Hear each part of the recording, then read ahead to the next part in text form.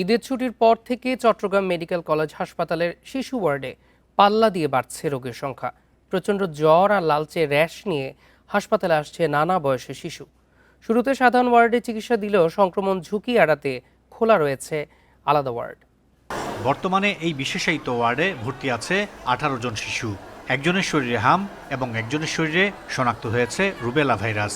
বাকিদের নমুনা পরীক্ষার জন্য পাঠানো হয়েছে ঢাকার রোগ শনাক্তকরণ কেন্দ্রে। সন্তানদের এমন অবস্থায় দিশেহারা অভিভাবকরা। পরশুদিন থেকে দেখছি র্যাশ শুরু দেখা যাচ্ছে, তো বলছে ওরা বলছে এখানে হাম বলছে, এখানে ট্রান্সফার দিচ্ছে। আমরা 8 নম্বর ওয়ার্ডে ছিলাম। জ্বর আর কাশি ছিল, তখন বাড়ির এদিকে মেডিকেল থেকে আমি নর্মাল ওষুধ খাইছি। কি দেখি ডাক্তার বলছে যে ওর অবস্থা বেশি খারাপ। চিকিৎসকরা বলছেন গত 2 সপ্তাহে চট্টগ্রাম ও আশপাশের জেলা থেকে জ্বর ও নিউমোনিয়া নিয়ে আসা শিশুদের সংখ্যা আশঙ্কাজনক।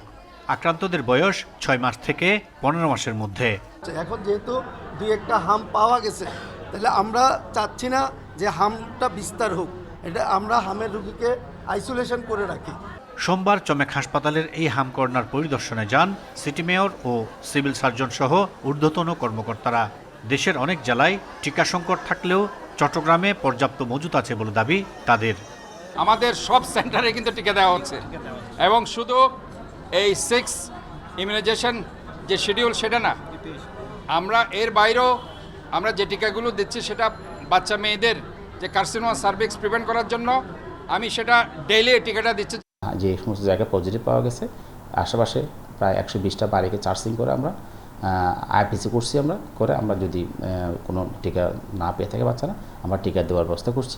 স্বাস্থ্য বিভাগের তথ্য মতে অতীতে যারা টিকা দিতে পারেনি তারাই এখন বেশি আক্রান্ত হচ্ছে।